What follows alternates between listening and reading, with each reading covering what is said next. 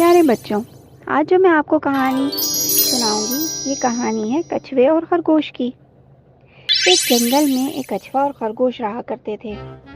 دونوں کی بہت اچھی دوستی تھی۔ دونوں ایک دوسرے کے ساتھ کھیلتے تھے اور گھومتے تھے ساتھ۔ ان کو معلوم تھا کہ لڑائی اچھی بات نہیں ہوتی، لیکن پھر بھی کبھی کبھی ان کی آپس میں لڑائی ہو جایا کرتی تھی۔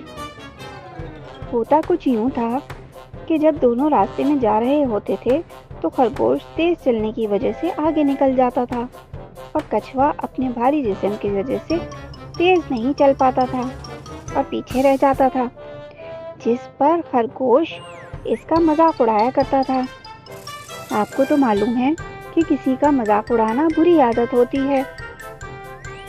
آخر ایک دن کچھوے نے تنگ آ کر خرگوش سے کہا کہ دیکھو، تم تیز چل سکتے ہو اور میں آہستہ چلتا ہوں، لیکن اس کا یہ مطلب نہیں ہے کہ تمہیں غرور کرنا چاہیے۔ اس بات پر غرور کرنا بری بات ہوتی ہے۔ اگر تم اپنے تیز چلنے پر اتنا غرور کرتے ہو تو آؤ ہم دونوں مل کر تیز چلنے کا مقابلہ کر لیتے ہیں۔ خرگوش بھی مقابلے کے لیے تیار ہو گیا۔ ایک جگہ طے کر لی گئی۔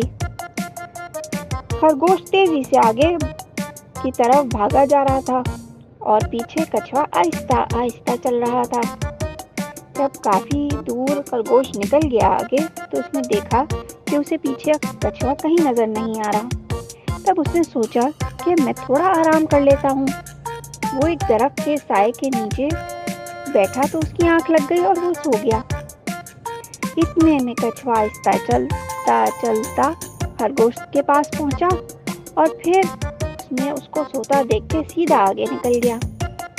کچھ دیر کے بعد جو جگہ طے کی گئی تھی درخت کے پاس، وہ وہاں پہ پہنچ گیا۔ اتنے میں خرگوش کی آنکھ کھلی تو اس نے دیکھا کہ آس پاس کہیں کچھوا نظر نہیں آ رہا۔ اس نے کہا میں جلدی سے بھاگ کے پہنچ جاتا ہوں اس درخت کے پاس جہاں جانا ہے۔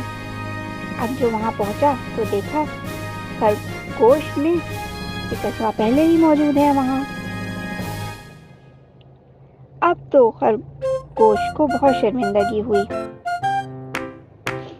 اور اس نے غرور کرنے سے توبہ کر لی اور کچھوے سے معافی بھی مانگی۔ کچھوے نے بھی اس کو معاف کر دیا۔ دوستو، ہمیں بھی کسی کا مذاق نہیں اڑانا چاہیے۔ ہر ایک کو ہم اپنے سے بہتر سمجھیں، کسی کو کمتر نہیں سمجھنا چاہیے۔ تو بچوں، کیسی لگی یہ کہانی؟ امید ہے آپ کو یہ کہانی پسند آئی ہوگی۔ اگلی کہانی کے ساتھ میں پھر آؤں گی، تب تک کے لیے آپ اپنا خیال رکھیے گا۔